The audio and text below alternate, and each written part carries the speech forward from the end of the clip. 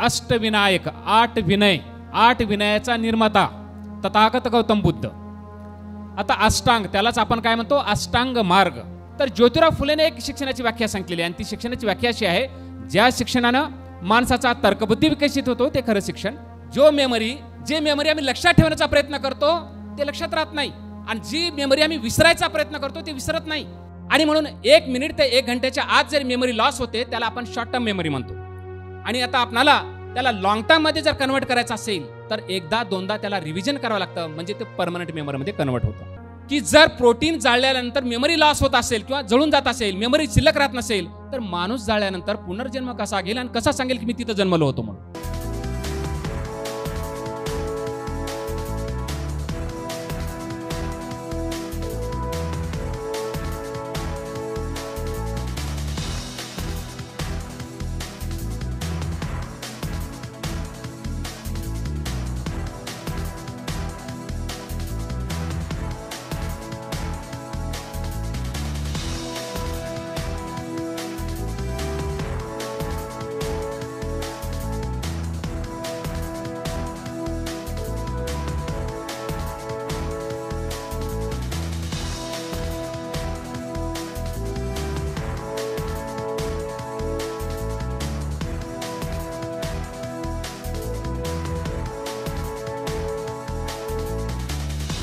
तर आता हे समजून सांगत असताना एक महत्त्वाचा त्याच्या अगोदरची गोष्ट समजून घेतली पाहिजे.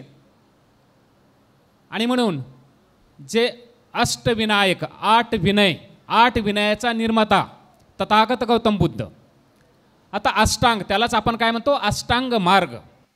त्या अष्टांग मार्गामध्ये पहिलंच एक आहे सम्यक दृष्टी, दुसरं आहे सम्यक संकल्प, आणि त्याच्यामधले जर गॅप सोडले तर माझं जे आहे ते सम्यक स्मृतीवर डिपेंड आहे, मेमरी आहे ना. सम्यक स्मृती मेमरीवर डिपेंड माझं आहे. पण सम्यक जर दृष्टी नसेल, सम्यक संकल्प नसेल, तर बाकीच्या ज्या काही त्याच्यातल्या विनय आहेत ते कामाचे नाही आहेत. म्हणून आपल्याला थोडंसं समजून घ्या की सम्यक दृष्टी म्हणजे काय, आणि सम्यक संकल्प तर बऱ्याच लोकांनी समजून सांगितलेलं आहे. मग मी डायरेक्ट सम्यक जी आपली स्मृती आहे त्याच्यावर मी जाईन, मेमरीवर जाईन. आता सम्यक संकल्प समजून सांगत असताना, त्याच्या अगोदरचा सम्यक दृष्टी समजून सांगत असताना एक महत्त्वाचं एक्झाम्पल मी देऊ इच्छितो. काही लोकांना इथं माहीत आहे, पण तरी पण बरेच नवीन लोक आहेत त्यासाठी मी समजून सांगण्याचा प्रयत्न करतोय. डॉक्टर बाबासाहेब आंबेडकरांनी जवळपास 18 डिग्री आपण घेतल्या असं म्हणतो. म्हणजे शिक्षणातले सर्वात जास्त डिग्र्या डॉक्टर बाबासाहेब आंबेडकरांकडे आहेत. आणि डॉक्टर बाबासाहेब आंबेडकरांनी गुरु कुणाला मानलेला आहे, राष्ट्रपिता ज्योतिराव फुले, संत कबीर आणि तथागत गौतम बुद्ध. आता आपण स्टेप बाय स्टेप जाऊया. डॉक्टर बाबासाहेब आंबेडकरांकडे किती डिग्री आहेत, 18 डिग्री आहेत. आणि राष्ट्रपिता ज्योतिराव फुलेंकडे ह्या भाषेमध्ये त्यांच्याकडे डिग्री कमी आहे, आणि तरी बाबासाहेबांनी त्यांना गुरु मानलं. याचा अर्थ शिक्षणाची काहीतरी वेगळी व्याख्या आहे. सम्यक दृष्टी शिक्षणाची काहीतरी एक वेगळी व्याख्या आहे, ती व्याख्या आपण तिथं समजून घेतली पाहिजे. आणि ती व्याख्या अशी आहे, कारण का याच्यावरून उदाहरण तुमच्या लक्षात येतं. किंवा आता मी MSc PhD आहे, ज्या विद्यापीठामध्ये मी शिकतो त्या विद्यापीठाचं नाव राष्ट्रसंत तुकडोजी महाराज आहेत. त्यांचं माझ्या आपल्या शिक्षणाच्या भाषेमध्ये त्यांच्याकडे डिग्र्या नव्हत्या, पण ते सुद्धा मला वंदनीय आहेत. आणि म्हणून शिक्षणाची वेगळी व्याख्या काय ते आपण समजून घेऊया. ते राष्ट्रसंत तुकडोजी महाराज असतील, आणखीन वेगळे जे महापुरुष असतील. तर ज्योतिराव फुलेने एक शिक्षणाची व्याख्या सांगितलेली आहे, आणि ती शिक्षणाची व्याख्या अशी आहे, ज्या शिक्षणानं माणसाचा तर्कबुद्धी विकसित होतो ते खरं शिक्षण. ज्या शिक्षणानं माणसाला खरं आणि खोटं, सत्य आणि असत्य याच्यातला फरक कळतो ते खरं शिक्षण. आणि ज्या शिक्षणानं माणसाला खऱ्याला खरं आणि खोट्याला खोटं म्हणण्याची हिंमत येते ते खरं शिक्षण. म्हणजेच ज्योतिराव फुले समजून सांगण्याचा प्रयत्न करत आहेत, ज्या शिक्षणानं माणसाचा तर्कबुद्धी विकसित होतो, ज्यांचा तर्कबुद्धी विकसित होतो त्यांना खरं आणि खोटं याच्यातला फरक कळतो. आणि ज्यांना खरं आणि खोटं याच्यातला फरक कळतो त्याच बुद्धीला आपण काय म्हणतो, सम्यक बुद्धी आपण म्हणतो, सम्यक दृष्टी आपण म्हणतो. आणि हे सम्यक दृष्टी जी आहे, ह्या सम्यक दृष्टीनंतर माणसाला पुढे जाण्यासाठी, आता जेवढे आपण पाहिले सगळ्यांचे एक्झाम्पल पाहिले, लाखो मुलं शिकतात, हजारो मुलं त्याच्यातून पास होतात की जे काही असतील, पण त्याच्यातले काही मुठभर मुलं सक्सेस होतात. त्याचं कारण काय? कारण का जे सक्सेस होतात त्यांच्याकडे एक महत्त्वाची गोष्ट असते, म्हणजे सम्यक संकल्प. त्यांच्याकडे संकल्प असतो की मला काय बनायचं आहे, काय करायचं आहे, आणि तेव्हाच त्या शक्तीचा उपयोग करायचा प्रयत्न करतात. आणि म्हणून आता हे जरी दोन उदाहरणं असले आणि हे जरी लक्षात आलं असलं की सम्यक जे दृष्टी आहे म्हणजेच त्याला योग्य शिक्षण आपण म्हणतो, खरं शिक्षण आपण म्हणतो. आणि खरं शिक्षण हे तर्कशक्तीच्या रिलेटेड आहे. जेवढा तर्क बुद्धीचा विकास तेवढं काय आहे, तेवढा तो जास्त शिकलेला. आणि म्हणून राष्ट्रसंताचं एक तुम्हाला एक गीत आता आपण सगळ्यांनी विद्यापीठ गीत तुम्ही इथं म्हणलेलं आहे किंवा ऐकलेलं आहे. आणि राष्ट्रसंत सुद्धा एक तर्काच्या आधारावर बोलतात. काय बोलतात? माझ्यासारखे शिकलेलं, तुमच्यासारखे शिकलेले मुलं है ना, नवस करतात मुलगा व्हावा किंवा मुलगी व्हावं म्हणून, किंवा मार्केटमध्ये जातात, देवाला खरेदी करतात आणि देवाला विकायला काही लोक ठेवलेले असतात. तेव्हा राष्ट्रसंत तुकडोजी महाराज म्हणतात है ना, लाकडाचा देव त्याला आगीचा भेव, मातीचा देव त्याला पाण्याचा भेव, सोन्या चांदीचा देव त्याला चोराचा भेव, देव आशानं पावायचा नाही रे आणि देव बाजारचा भाजीपाला नाही रे. हे तर्क आहे त्यांचं. हे काही विकण्याची आणि खरेदी करण्याची काही गोष्ट नाही असं ते सांगतात. आणि आमच्यासारखे शिकलेल्या लोकांना जर ते कळत नसेल तर हे खरं शिक्षण नाही आहे. तर्क शक्तीच्या रिलेटेड हा महत्वाचा सिद्धांत आहे. आणि म्हणून आपण दुसरा घेऊया, संकल्प झालं. आणि आता माझा महत्वाचा जो आहे ते सम्यक स्मृती है ना. आता स्मृती म्हणजेच मेमरी, स्मृतीच म्हणजेच काय, मेमरी. आता तुम्ही आम्ही जर सगळ्यांनी जर विचार केला, बुद्ध काय म्हणतात, आपल्या डोक्यामध्ये कोणती स्मृती असली पाहिजे, चांगलीच स्मृती असली पाहिजे, चांगली मेमरी आमच्या डोक्यामध्ये असली पाहिजे. आणि जर अनालिसिस केलं तर आमच्या डोक्यामध्ये निगेटिव्ह मेमरी जास्त आहे, स्ट्रेसवाली मेमरी आमच्या डोक्यात जास्त आहे. आमच्या डोक्याचं जर अनालिसिस केलं 90% मेमरी आम्ही स्टोअर करतो. त्यांनी मला सीवी दिली, त्यांनी असं म्हणलं, त्याचा मला बदला घ्यायचा, त्यांनी असं केलं, त्यांनी मला असं म्हणलं आहे ना, किंवा बऱ्याच ज्या गोष्टी स्ट्रेसवाल्या गोष्टी आहेत त्या आमच्या डोक्यामध्ये राहतात. आणि ज्या योग्य गोष्टी आहेत, कारण का मेमरीचा उद्देशच आहे, कारण डेफिनेशन अशी आहे त्या मेमरीची. ब्रेनचं काय फंक्शन आहे, तर ब्रेनचं एक फंक्शन आहे, ते महत्वाचं फंक्शन आहे.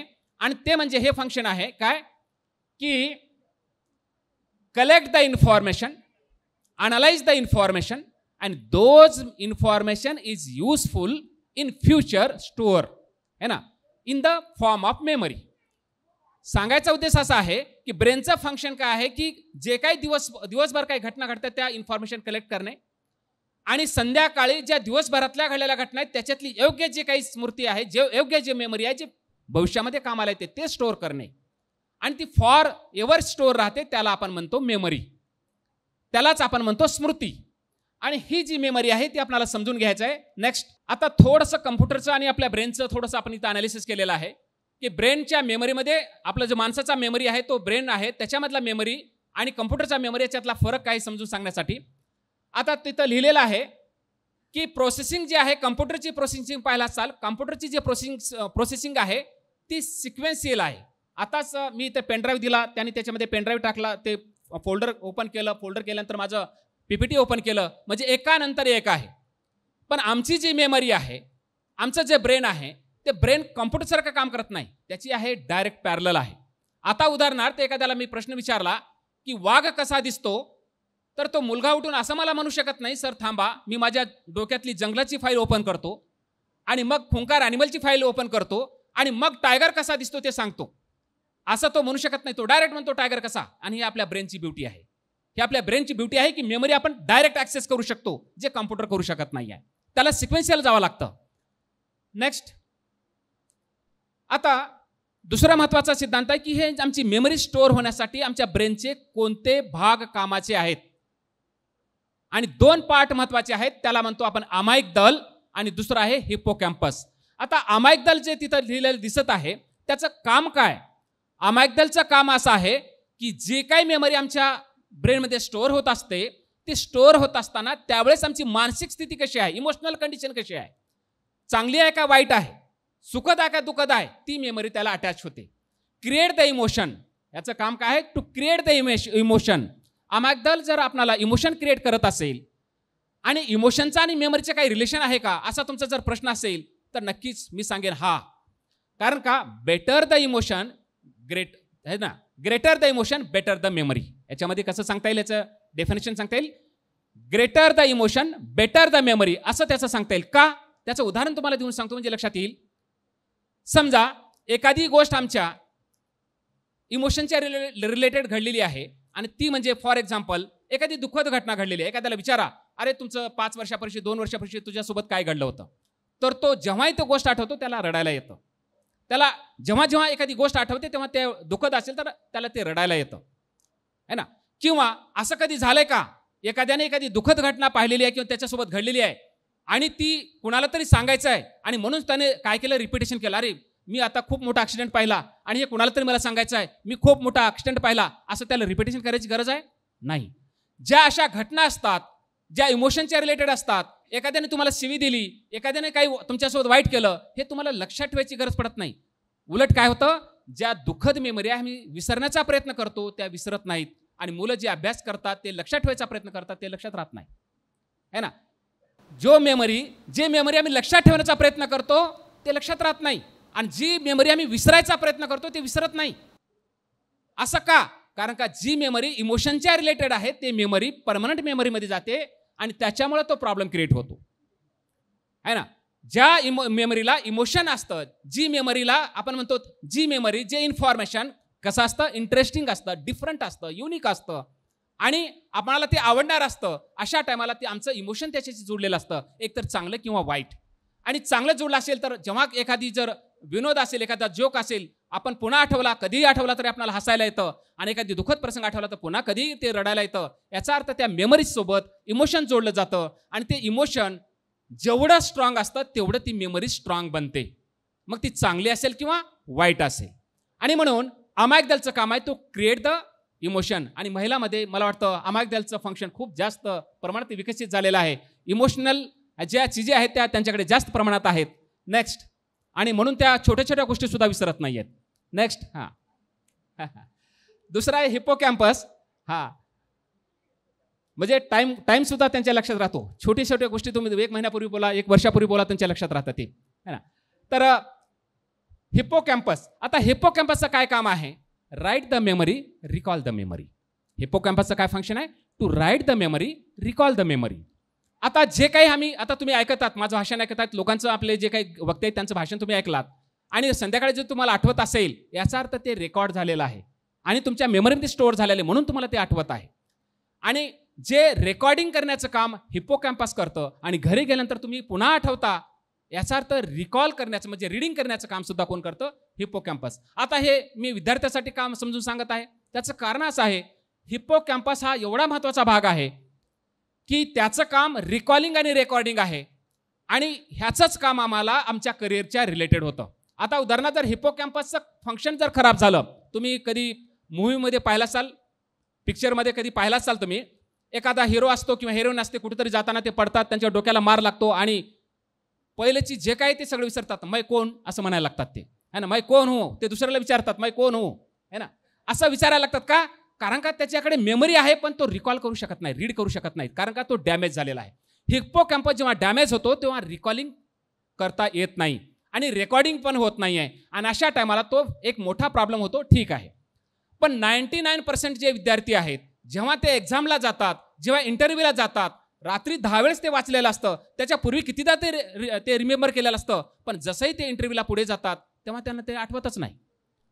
हा डॅमेज झालेला नाही तरी पण आम्हाला का आठवत नाही? त्याचं कारण असं आहे की इमोशनल स्टेटमध्ये हिप्पोकॅम्पसचं फंक्शन टेम्पररीली अरेस्ट होतं. आता इमोशनल स्टेट कोणतं? एक तर तुम्हाला राग आला असेल, एक तर तुम्ही घाबरले असताल, है ना, एक तर तुम्ही दुःखी असाल. कुठल्याही इमोशनल स्टेटमध्ये हिप्पोकॅम्पस तो काम करत नाही आणि म्हणून तुम्ही पहा, जे रागात आलेले लोक आहेत, ज्यांना राग येतो टीव्ही उचलतात, फेकून टाकतात, है ना. आणि थोड्या वेळानंतर राग शांत झाल्यानंतर अरे मग मीच नुकसान केलं, आता एवढे पैशाची मला टीव्ही परत आणावा लागेल, है ना. मग त्यावेळेस त्याला ते कळालं का नाही? जेव्हा तो राग आला तर त्याला त्याचे दुष्परिणाम किंवा परिणाम त्याला तिथं कळत नाहीत, कारण ते ॲक्सेस होत नाही. आणि म्हणून जेव्हा इमोशनल स्टेटमध्ये माणूस निर्णय घेतो तेव्हा त्याचा निर्णय चुकण्याची शक्यता जास्त असतात.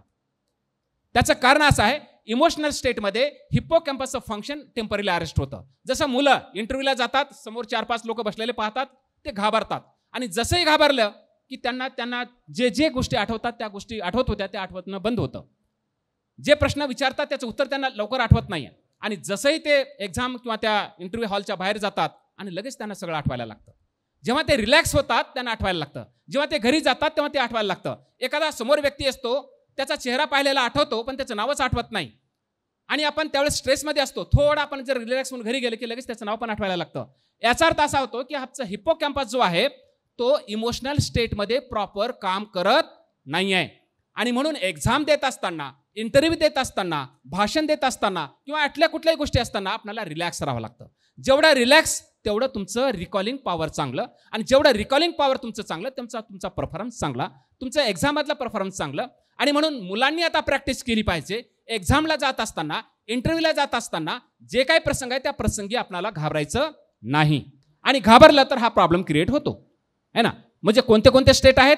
एक आहे आपल्याला राग येणे, दुसरं आहे दुःखी होणे, आणि तिसरं आहे घाबरणे. ह्या तिन्ही स्टेटमध्ये हे आमचं हिपोकॅम्पस काम करत नाही. नेक्स्ट, हे त्याची डायग्राम आहे हिपोकॅम्पस आणि अमायगदल कुठे आहे समजून घेण्यासाठीचं. नेक्स्ट, हे आहे त्याचा पण त्या ठिकाणी ते स्ट्रक्चर दाखवण्यासाठी प्रयत्न केलेला आहे. नेक्स्ट, हां, आता हे मी थोडंसं शॉर्टमध्ये घेत जाईन.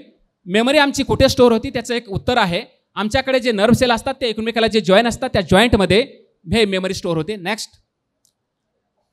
आणि त्याच्यामध्ये एक प्रोटीन असतं. ओके सर, त्याच्यामध्ये एक प्रोटीन असतं, त्या प्रोटीनला सिनॅप्सिन प्रोटीन म्हणतो आपण. आणि हे सिनॅप्सिन प्रोटीन एक खूप महत्त्वाचं प्रोटीन आहे ज्याच्यामुळं आपल्याला मेमरीला मदत करतं. आता उदाहरणार्थ, एक जे आमचा नर्व्ह सेल आहे दुसऱ्या जवळपास 1000 नर्व्ह सेलला असा कनेक्ट होतो, आणि जिथं जिथं कनेक्शन आहे तिथं प्रोटीन स्टोअर होतं, मेमरी स्टोअर होते. जेवढे ज्यादा कनेक्शन जेवढं आमची मेमरी काय असतो, जेवढी कनेक्शन जास्त तेवढी आमची मेमरी पॉवरफुल होते. आणि म्हणून तुम्हाला एक ह्याचं उदाहरण तुमच्या लक्षात येऊन जाईल की लहानपणी आमचे टीचर आम्हाला 1 2 3 4 1 2 3 4 ABCD कितीतरी वेळेस बोलून घेतात, आणि ते आम्हाला आता रिकॉल कधी करायला सांगा लगेच आम्हाला ते आठवतं. सिरियल सुद्धा चुकत नाहीये, कारण का आम्ही जेवढ्या वेळेस त्याला रिपीट केलं तेवढे त्याचे कनेक्शन तयार होतात. अगर 100 वेळेस आपण रिपीट केलं तर 100 कनेक्शन तयार होतील, आणि जेवढे जास्त कनेक्शन तेवढी आमची मेमरी पॉवर स्ट्रॉंग होतो. This is a very important things. Next, आणि म्हणून आमचे टीचर किंवा आपण रिव्हिजनला जास्त महत्त्व देतो. 1दा 2दा 3दा 4दा रिव्हिजन का करतो? जेवढ्यांदा रिव्हिजन करतो तेवढ्यांदा नवीन कनेक्शन तयार होतात आणि ते प्रोटीन तयार होतं, मेमरी स्टोअर होते. नेक्स्ट, हे ते दाखवण्याचा प्रयत्न केला आहे प्रोटीन कशी स्टोअर होते. नेक्स्ट नेक्स्ट नेक्स्ट हां, आता एक महत्त्वाचा सिद्धांत आहे, तो पण मेमरीच्या रिलेटेड आहे, तो खूप महत्त्वाचा आहे, म्हणून ही स्लाइड तुम्हाला दाखवत आहे. आणि तो म्हणजे हू क्रिएट द पॉवर. म्हणजे मेमरी स्टोअर करण्यासाठी, राईट करण्यासाठी, रिकॉल करण्यासाठी कोणती एनर्जी महत्त्वाची आहे आमच्या शरीरातली, आणि ती आहे म्हणजे त्याला म्हणतात bio electric current. Bio electric current म्हणजेच इलेक्ट्रिसिटी. तुम्हाला हे माहीत आहे, फॅन वगैरे सगळे माईक हे सगळे चालत आहेत, इलेक्ट्रिसिटी आहे. पण हीच इलेक्ट्रिसिटी आमचं शरीर तयार करतं, आमचं नर्व्ह सेल तयार करतात, आणि म्हणून त्याला बायो इलेक्ट्रिक करंट म्हणतात. आणि म्हणून आता ह्याचं रिलेशन असं आहे, एक नर्व्ह सेल जवळपास एका व्होल्टेजचा 10वा भाग काय तयार करतो? इलेक्ट्रिसिटी तयार करतो. एक नर्व्ह सेल व्होल्टेजचा 10वा भाग इलेक्ट्रिसिटी तयार करतो.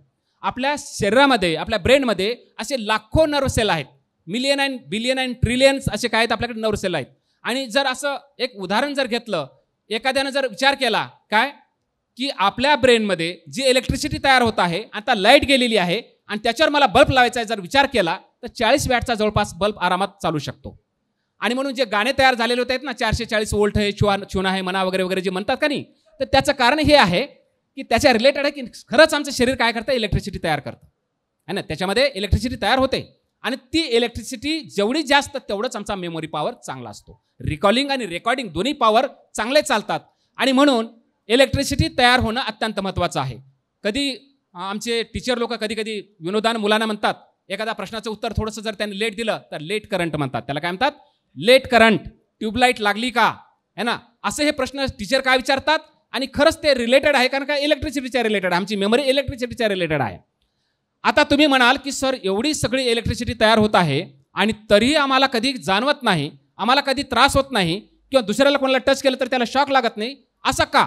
त्याचं कारण आहे, आता मी हे माईकमध्ये बोलत आहे किंवा आणखीन ते वायरला कुठेही पकडलं तर आपल्याला शॉक लागत नाही, कारण त्याच्यावर इन्सुलेटर आहे. तसं त्याच्यावर सुद्धा एक इन्सुलेटर राहतं, मायलिन शीथ म्हणतात, आणि त्याच्यामुळं आपल्या शरीराला कुठेही इजा होत नाही. पण जे दारू पितात, जे डेली दारू पितात, किंवा व्हिटॅमिन बीची ज्यांना कमतरता आहे, अशांना हे मायलिन शीथ कमी होतं, कमजोर पडतं, आणि हळूहळू ते कमजोर झाल्यानंतर ते 2 नर्व्ह सेल जेव्हा एकाला जुडतात तेव्हा तिथं स्पार्क होतो, तो माणूस खाली पडतो, आणि अशा व्यक्तीला, अशा रोगाला आपण म्हणतो इपिलेप्सी, फिट येणे. हिंदीमध्ये मराठीमध्ये आपण त्याला काय म्हणतो? फिट येणे. आणि फिट येऊन खाली पडतो, त्याचं कारण काय? त्याचा मायलिन शीथ तिथं डॅमेज झालेला असतो, त्याला एकाला एक वायर लागलेला असतं, आणि हाय इलेक्ट्रिसिटी असल्यामुळे त्याला तिथं ऑफ होतो. जसं कम्प्युटर ऑफ होतो, चालू करायला 10 मिनिट लागतात, तसं खाली पडल्यानंतर त्याला उठायला सुद्धा 10 मिनिट लागतात. 10 मिनिटानंतर तो ठीक होतो. आणि अशा जर व्यक्तीला जर आपण व्हिटॅमिन बीचा जर आपण सप्लाय केला, त्याला जर कंटिन्यू जर दिलं तर हा डिसीजपासून मुक्त होऊ शकतो. कारण का अशा बऱ्याच लोकांना मी त्याच्यापासून बरंच त्याचं कमी केलेलं आहे. ज्यांना आठवड्यातून एकदा फिट येत होते त्यांना महिन्यातून, ज्यांना महिन्यातून येतो ना 1 वर्षातून, असं त्याच्यामध्ये बदल झालेला आहे. आणि मायलिन शीथ काय आपण रिपेअर सुद्धा होऊ शकते, त्याच्यावरून सिद्ध झालेलं आहे.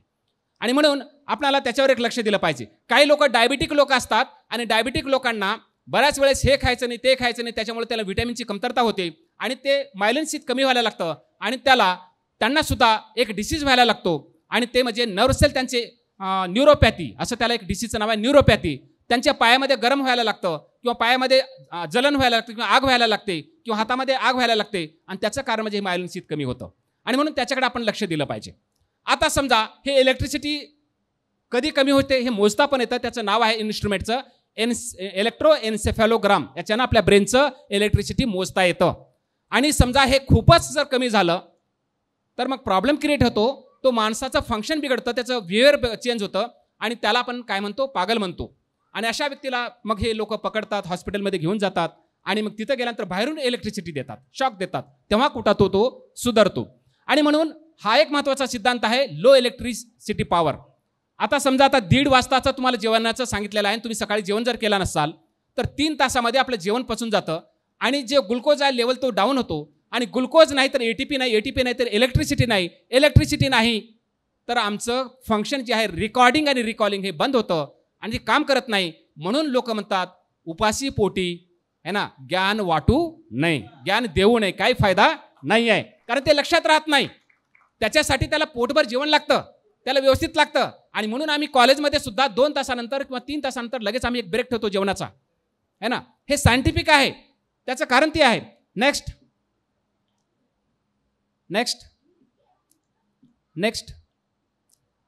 हां, short term memory, long term memory याचं एक महत्त्वाचं आहे आपल्याला. नेक्स्ट हां, तर शॉर्ट टर्म मेमरी म्हणजे कोणती? शॉर्ट टर्म मेमरी जे 1 मिनिट ते 1 घंट्याच्या आतमध्ये जे विसरून जातं त्याला आपण शॉर्ट टर्म मेमरी म्हणतो. उदाहरणार्थ आता काही विद्यार्थी आहेत त्यांना सगळ्यांना माहीत असतं की घरी आईवडील सांगतात जा दुकानात जा आणि ह्या 4-5 वस्तू घेऊन ये. तो लगेच म्हणतो हे पाहिलेल्या वस्तू आहेत, लिहून घ्यायची गरज नाही. तो दुकानात जातो आणि येत वेळेस एक तरी तो विसरून येतो. आणि त्याचं कारण आहे तो शॉर्ट टर्म मेमरीमध्ये स्टोअर झालेला असतं. आणि म्हणून 1 मिनिट ते 1 घंट्याच्या आत जर मेमरी लॉस होते त्याला आपण शॉर्ट टर्म मेमरी म्हणतो. आणि आता आपल्याला त्याला लॉंग टर्ममध्ये जर कन्वर्ट करायचं असेल तर 1-2दा त्याला रिव्हिजन करावं लागतं, म्हणजे ते परमनंट मेमरीमध्ये कन्वर्ट होतं. तर शॉर्ट टर्म आणि लॉंग टर्म मेमरी आता इथंच आपण थांबूया, कारण का मला खूप वेळ कमी असल्यामुळं हे आपण सोडून डायरेक्ट डिसीज आणि त्याचे मॅनेजमेंटवर आपण जाऊया. नेक्स्ट आता हे सांगत असताना एक सांगितलं पाहिजे, CREB प्रोटीन नावाचं प्रोटीन असतं जे मेमरी प्रोटीन आहे. आपल्या ब्रेनमध्ये एक प्रोटीन तयार होतं त्याला सायक्लिक AMP आहे ना, त्याला cyclic AMP response binding protein असं आपण म्हणतो. आणि ते प्रोटीन आमचं मेमरी प्रोटीन आहे. आणि काही सायंटिस्टने त्याच्यावर प्रयोग सुद्धा केलेला आहे की खरंच ते प्रोटीन आहे का नाही. आणि त्यांनी प्रयोग उंदरावर करत असताना त्यांनी काय केलं, एक मोठा पिंजरा घेतला, त्या पिंजऱ्यामध्ये दररोज उंदराला जवळ आणायचे, त्या पिंजऱ्याच्या आत सोडायचं आणि त्या पिंजऱ्याच्या वेगवेगळ्या ठिकाणी त्यांना व्यवस्था, खाण्याची, पाणी पिण्याची आणि त्याला आराम करण्याची व्यवस्था केली होती. तो दिवसभर त्या गोष्टी करायचा. 1 महिना कंटिन्यू केल्यामुळे त्याला ते मेमराईज झालं, लक्षात राहिलं. दार काढले की लगेच त्या सगळ्या गोष्टी तो ॲक्टिव्ह करायचा, 5 किंवा 6 वाजले की लगेच तो बाहेर यायचा आणि त्याला ते मेमराईज झालं. मग सायंटिस्टने काय केलं, त्या उंदराच्या डोक्यातून ते प्रोटीन काढलं, एका व्हायरसमध्ये टाकलं आणि ते व्हायरसेस सगळे कोणाच्या नवीन दुसऱ्या उंदराच्या डोक्यामध्ये टाकले, रॅटच्या टाकले. आता त्या दोघांनाही पिंजऱ्याच्या समोर आणल्यानंतर स्वाभाविक आहे, जो पुराणा जो उंदीर होता, ओल्ड होता, त्याला ते पिंजरा माहीत असायला पाहिजे होता. पाणी कुठे ठेवलं ते माहीत असायला पाहिजे होतं. जेवण कुठे ठेवलं, खाण्यासाठी कुठे ठेवलं ते माहीत असायला पाहिजे होतं. पण जो पहिला होता उंदीर त्याला ते त्याला ओळखता आलं नाही. पण जो नवीन उंदीर होता तो ओळखायला लागला. याचा अर्थ असा झाला की जसं सिम कार्ड एका मोबाईलमधून काढलं आणि दुसऱ्या मोबाईलमध्ये टाकलं, इकडला डाटा तिकडे ट्रान्सफर होतो, तसं ते प्रोटीन ट्रान्सफर केले की मेमरी सुद्धा ट्रान्सफर होते. हे सिद्ध त्याच्यावरून झालेलं आहे. आणि मग ह्या स्लाईडवर माहिती सांगत असताना मला खूप एक गोष्ट सांगावीशी वाटते. ते म्हणजे अशी आहे की माणूस लहानाचा मोठा होतो आणि जवळपास 60-70 वर्ष जगतो आणि 60-70 वर्षे जो मेमरी स्टोअर करून ठेवतो, जेव्हा तो त्याचा मृत्यू होतो त्याला आपण जाळतो. जाळल्यानंतर ते प्रोटीन पण जळतं आणि तेवढं जेवढी मेमरी आहे ती मेमरी सुद्धा जळून जाते. म्हणजेच माझं सांगायचा उद्देश असा आहे की जसं की एक लहान लायब्ररी जशी जाळतो, जाळल्यानंतर जेवढं आपलं नुकसान होतं तेवढं एका माणसाचा मेंदू जाळल्यानंतर तेव्हा प्रोटीन जाळल्यानंतर तेवढं नुकसान होतं. आणि मग ह्याच्यावरून एक प्रश्न तुमचा निर्माण होतो किंवा एक प्रश्नाचं समाधानही तर मिळेल तुम्हाला. आणि ते समाधान असं आहे की जर प्रोटीन जाळल्यानंतर मेमरी लॉस होत असेल किंवा जळून जात असेल, मेमरी शिल्लक राहत नसेल, तर माणूस जाळल्यानंतर पुनर्जन्म कसा घेईल आणि कसा सांगेल की मी तिथं जन्मलो होतो म्हणून, है ना? ही मेमरी, जी काही मेमरी आहे ते प्रोटीनच्या फॉर्मॅटमध्ये आहे आणि ती जाळली जाते आणि जळल्यानंतर किंवा गाडलं जातं, गाडल्यानंतर ते डिकम्पोज होते आणि जाळल्यानंतर ते नष्ट होऊन जाते. त्याच्यामुळे ते कामाची राहत नाही आहे किंवा नष्ट होऊन गेल्यानंतर तो म्हणू शकत नाही की मी इथं जन्मलो होतो आणि मी पहिल्या जन्मी हे होतो, असं तो काही बोलू शकत नाही. हे थोतांड आहे, याच्यामुळे लक्षात होतं. आता ब्रेनचे रोग कोणते आहेत हे अत्यंत महत्त्वाचं आहे. आणि ब्रेनचे रोग आहेत ते म्हणजे पहिलं आहे कॉर्सिकॉफ सिंड्रोम म्हणून एक सिंड्रोम आहे, ज्याच्यामुळं विसराळूपणा माणसाचा वाढतो. आता हा रोग कशामुळे होतो? Long term alcoholism. जे लोक दररोज दारू पितात अशा लोकांना हा डिसीज होण्याची शक्यता आहे. तुम्ही म्हणाल का? त्याचं कारण असं आहे की जे दारू नेहमी पितात त्या दारूचे गुण आहेत ते म्हणजे शरीरातलं पाणी काढून टाकणे. अल्कोहोल डिहायड्रेशन करतं, आपल्या शरीरातलं पाणी काढून टाकतं. आणि एखाद्या व्यक्तीनं खूप दारू पिली आणि त्याला उन्हात जर झोपवलं आणि त्याला पाणी दिवसभर दिलं नाही तर लगेच मरून जाईल तो, कारण ते शरीरातलं पाणी सगळं ते निघून गेलेलं असतं आणि ब्रेन सेल कमजोर झालेले असतात. आणि म्हणून हे जो डिसीज होतो ते पाणी निघून जात असल्यामुळं आणि व्हिटॅमिन बी आणि व्हिटॅमिन सी, व्हिटॅमिन बीचे 12 टाईप जे आहेत आणि व्हिटॅमिन सी हे सर्व पाण्यामध्ये राहतात आणि ते पाणी जसं शरीराच्या बाहेर युरिन वाटे निघून जातं तसं ते सगळे व्हिटॅमिन निघून जातात आणि ह्याच्या डेफिशियन्सीमुळे हा रोग होणार आहे, तो म्हणजे कॉर्सिकोफ सिंड्रोम. आणि अशा लोकांना जर व्हिटॅमिन B1च्या डिफिशियन्सीमुळे हा रोग होतो आणि B1ची जर त्यांना आपण सप्लिमेंट दिलं तर तो ह्या रोगापासून मुक्त होऊ शकतो. याचा अर्थ असा नाही की इकडे व्हिटॅमिन बी खायचं आणि दारू पण पित राहायचं, असा माझा काही सल्ला नाही आहे. नाही, दुसरा आहे अल्झायमर डिसीज आणि हा डिसीज खूप महत्त्वाचा आहे. अल्झायमर डिसीज हा आहे ब्रेन स्ट्रोकच्या रिलेटेड असेल किंवा आणखीन त्याच्यानंतरचा आहे काय ब्रेन स्ट्रोक, पण अल्झायमर डिसीज आहे जवळपास 90% किंवा 80% लोक जे असतात है ना, ह्या लोकांना ह्या रोगाने ग्रासलेले असू शकतात. पण ह्याच्यामधला एक महत्त्वाचा सिद्धांत असा आहे 40% लोक, 100 लोकांना हा रोग झाला असेल तर 40% लोकांना जे वय 60 वर्षाच्या वरी आहे, 80 वर्षाच्या वरी आहे, 80 वर्षाच्या वयाच्या लोकांना हा रोग होण्याची शक्यता जास्त आहे. त्याला न्यूरो डिजेनरेटिव्ह डिसीज असं म्हणतात, त्याच्यामुळे तो विसरोळपणा वाढतो. पण आता दुसरा एक सिद्धांत येतो 40% जर 80 वयाच्या लोकांना होत असेल तर 60% कुणाला होतो आणि 60% हे तरुण वर्गाला सुद्धा होऊ शकतं. आणि त्याचं कारण आहे स्ट्रेस. त्याचं कारण आहे स्ट्रेस. कारण का brief period of stress can cause rise in the level of protein related to the Alzheimer disease, है ना. म्हणजे छोटासा टेन्शन सुद्धा जर एक अर्धा घंटा तुम्हाला टेन्शन असेल त्या टेन्शनमध्ये कोणतं प्रोटीन तयार होईल? अल्झायमर डिसीजच्या रिलेटेड प्रोटीन तयार होईल. आणि म्हणून ते एवढं खतरनाक आहे आणि म्हणून आपल्याला त्याच्यावर लक्ष दिलं पाहिजे. नेक्स्ट दुसरा आहे पार्किन्सन है ना डिसीज. आता हा पार्किन्सन डिसीज आहे हा डोपॅमाइन लेवलचं कमजोरी झाल्यामुळं कम झाल्यामुळं आपल्याला हा रोग होतो आणि डोपॅमाइनचं सप्लिमेंट जर दिलं तर नक्कीच त्याला फायदा होऊ शकतो. तर दुसरा आहे ब्रेन अटॅक आणि ब्रेन स्ट्रोक. आता हा सुद्धा खूप महत्त्वाचा आहे. ब्रेन स्ट्रोक आणि ब्रेन अटॅक हा जो आहे आपल्या ब्रेनला रक्तपुरवठा कमी झाला की हा प्रकार होतो. ॲक्सिडेंट झाले की जनरली हा प्रकार होतो. पण आपण असं सुद्धा पाहिलेलं आहे काही मुलं आहेत, काही लोक आहेत ट्रेनमधून प्रवास करत असताना ते खाली पडले, त्यांच्या दोन्ही पाय कटले तरी ते जिवंत आहेत. आणि काही लोक असे पाहिले की बायकून जात असताना किंवा पाय घसरला आणि डोक्याला मार लागणार लगेच ते मेलेले आहेत.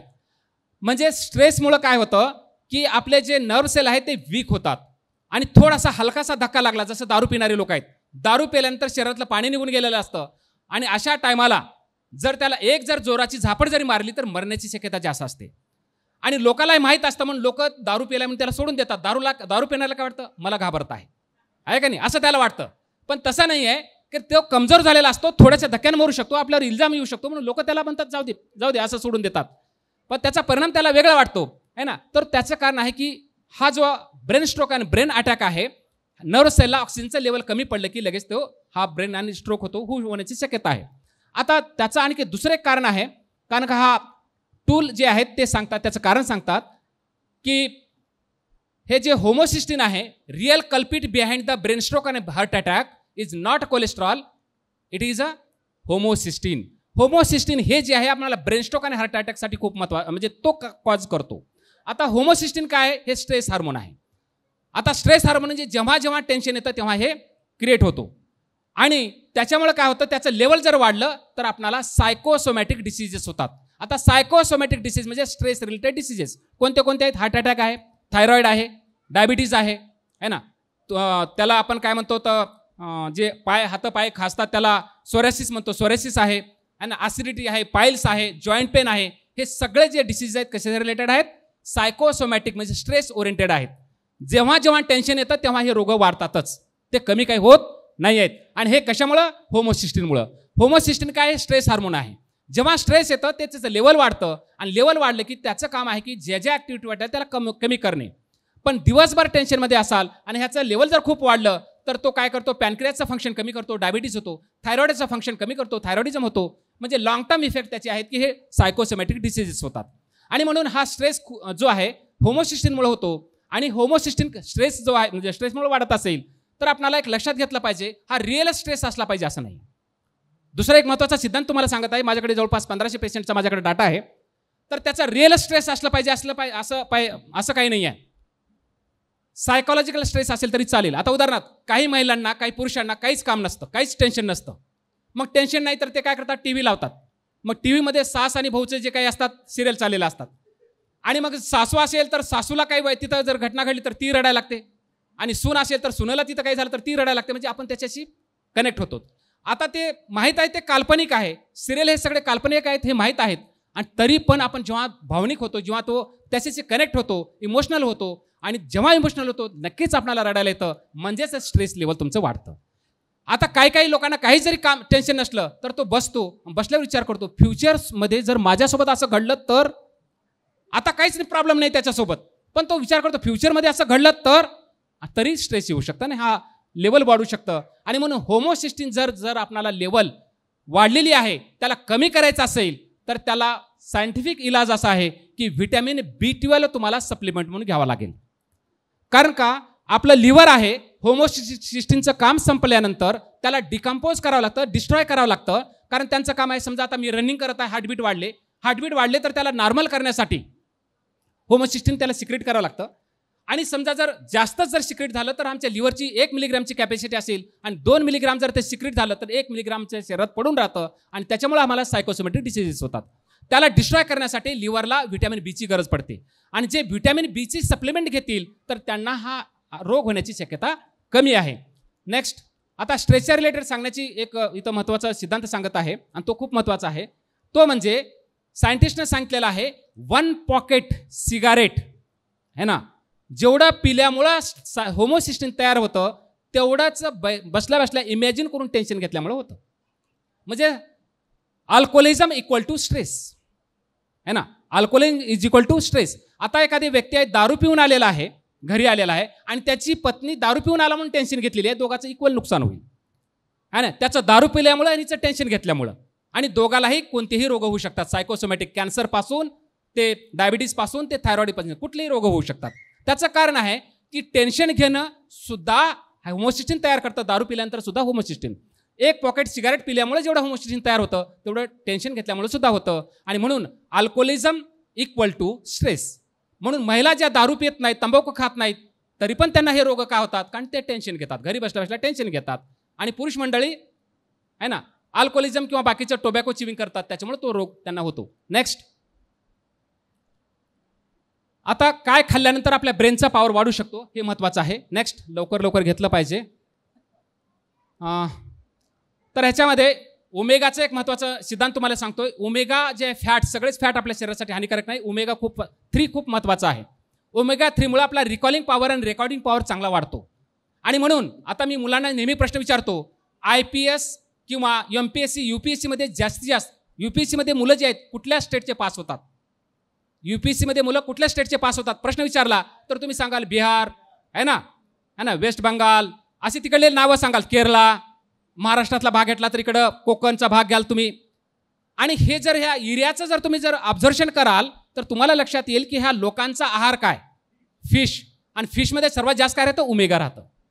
आणि ओमेगा 3 जे आहे ते रिकॉलिंग आणि रेकॉर्डिंग पॉवर त्याचा वाढतो.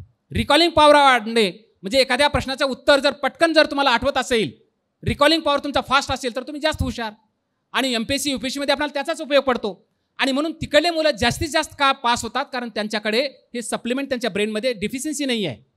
आता आमच्याकडे जर ही डिफिशियन्सी असेल, आमच्याकडे फिश नसेल आणि ओमेगाचं सोर्स नसेल तर मग नॉनव्हेज खाणाऱ्यासाठी तर आहे, फिश आहेच, पण व्हेज खाणाऱ्यासाठी काय मग? त्याच्यासाठी आहे जवसाचं तेल, आलसी, लिनसीड, इंग्लिशमध्ये लिनसीड म्हणतात, मराठीमध्ये त्याला जवस म्हणतात आणि हिंदीमध्ये आलसी म्हणतात.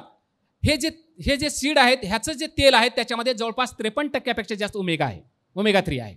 आणि म्हणून याचं जर सेवन केलं तर आपल्याला ओमेगाचं सप्लिमेंट जवळपास भरपूर काही मिळू शकतं. आणि त्याच्या व्यतिरिक्त मग भरपूर काही त्याच्यामध्ये आहेत, मी त्याचे सोर्सेस तुम्हाला सांगेन. पण ओमेगा 3 तेवढंच नाही आहे. कशासाठी? रेकॉर्डिंगसाठी नाही आहे. तुम्ही केरळाच्या लोकांना पाहिलेलं आहे, ते खोबऱ्याचं म्हणजे कोकोनट ऑइल खातात आणि तरी त्यांना हार्ट अटॅक येत नाही. का? कारण omega prevent the heart attack also. हा दुसरा त्याचा फायदा आहे. आणि तिसरा त्याचा फायदा आहे omega enhance the life span of the human being, not human being, any animal. आता तुम्ही पाहाल की समुद्रामध्ये मासे असतात किंवा नदीमध्ये मासे असतात, ते मासे काय खातात? आल्गी खातात. आल्गीमध्ये ओमेगा जास्त आहे. आणि म्हणून मासेमध्ये जर तुम्ही पाहिला कासव सुद्धा आल्गी खातोय है ना, हे तुम्हाला माहीतच आहे. तर आल्गीमध्ये ओमेगा असल्यामुळं ह्या सगळ्या त्याचं लेवल जास्त असल्यामुळं काय झालं की जे ते आल्गी खातात त्यांचं लाईफस्पॅन वाढतं. आणि म्हणून सी फूड खाणाऱ्या लोकांचं जपान आहे इकडले, त्यांचं लाईफस्पॅन सुद्धा 100 वर्ष जवळपास आहे. आणि म्हणून ओमेगा शरीराला किती महत्त्वाचं आहे हे समजून सांगण्यासाठी तुम्हाला हे उदाहरण दिलं. नेक्स्ट त्याच्या खाली फक्त 5 मिनिट मला फक्त द्या आणि 5 मिनिटामध्ये तुम्हाला संपूर्ण समजून सांगतो. थोडंसं पहिलीची स्लाईड घ्या, पहिलीची स्लाईड, ह्याच्या पहिलीची बॅक जा. हां, तर डोपॅमाइन जे आहे हे न्यूरो ट्रान्समीटर किती महत्त्वाचं आहे, हे आपल्यामध्ये करेज, धैर्य वाढवण्याचं काम करतं डोपॅमाइन. आणि डोपॅमाइनचं लेवल जर कमी झालं तर त्या व्यक्तीच्या मनामध्ये सुसाईड करण्याचे चान्सेस जास्त येतात. जे व्यक्ती है ना डोपॅमाइन लेवल जास्त आहेत त्याला काहीच वाटत नाही, किती मोठा प्रसंग आला तर तो त्याला फाईट करून पुढे जाऊ शकतो, तो रेडी राहतो प्रत्येक प्रसंगाला पुढे जाण्यासाठी. पण डोपॅमाइनचं लेवल कमी झालं तर मात्र हळूहळू तो नर्वस व्हायला लागतो आणि निगेटिव्ह विचार यायला लागतात. आणि जास्तच कमी झालं तर तो सुसाईड त्याचे म्हणजे करण्याचे त्याच्यात विचार यायला जास्त लागतात आणि ते खूप कमी झालं तर सुसाईडसुद्धा करू शकतो. आणि म्हणून जे लोक सुसाईड करणारे आहेत अशा लोकांकडे तुम्ही जर पाहिलात तर ते काय लक्षात येतं, जवळपास 1 महिना ते जेवण बरोबर करत नाहीत, 1 महिन्यापासून त्यांना झोप बरोबर लागलेली नसते. आणि हे लक्षणं जसे दिसतात पटकन त्याला जेवायला लावणं खूप महत्त्वाचं आहे आणि त्याला झोप येणं चांगलं महत्त्वाचं आहे, लगेच त्याला आपण रिकवर करू शकतो. आणि म्हणून सुसाईड करण्यापासून वाचवायचं असेल तर डोपॅमाइन लेवलचं महत्त्व आहे. आणि डोपॅमाइन कशामध्ये जास्त आहे? Next slide. बीटरूट आहे, सोयाबीन आहे, आल्मंड आहे, एग आहे, मीठ आहे, बाकीचे ग्रेन्स आहेत हे त्याच्यामध्ये आहे. नॉरफिनेफ्रिन सुद्धा महत्त्वाचं आहे रेकॉर्डिंगसाठी आणि कॉन्सन्ट्रेशनसाठी. आणि ह्याचं सुद्धा जर पाहिलं तर आल्मंड आहे, बनाना आहे. आणि मग तुमच्या लक्षात येईल, मी 2 ठिकाणी आल्मंडचं उदाहरण दिलेलं आहे. आणि मग आपली आईवडील किंवा आपले आजोबा आपल्याला बदाम खाण्यासाठी काय सांगत होते है ना. ब्रेनच्या रिलेटेड बदामाचं काय महत्त्व आहे, कारण त्याच्यातले 2 न्यूरो ट्रान्समीटर बदामापासून तयार होतात आणि म्हणून तेवढं महत्त्वाचं आहे. तिसरा आहे तो केळापासून तयार होतं. म्हणून डेली आता हे सगळं काही सांगत बसत नाही, खूप सगळ्या महत्त्वाच्या गोष्टी आहेत. वेळ कमी आहे, ह्याला जवळपास 1.5 तास लागतो स्ट्रेस मॅनेजमेंटसाठी. ते आपण कधीतरी घेऊया.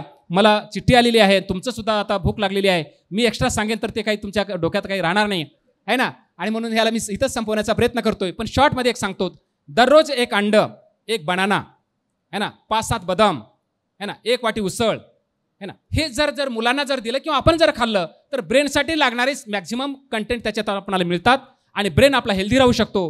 हे याच्यातून मला सांगायचं होतं. इथं मला साविका जे सामाजिक विचार मंच आणि हे जे कार्य करणारी जी संस्था आहे, या संस्थेच्या जे आयोजकांनी मला इथं बोलण्याची तुमच्यासमोर संधी दिली त्याबद्दल मी त्यांचं मनपूर्वक आभार मानतोय. आणि तुम्ही सर्वांनी जवळपास तुम्हाला भूक लागली असताना सुद्धा है ना 15-20 मिनिटापासून तुमचं माझं भाषण तुम्ही शांतपणे ऐकून घेतलात, त्याबद्दल सर्वांचं धन्यवाद देऊन माझे 2 शब्द संपवतो. थँक्यू.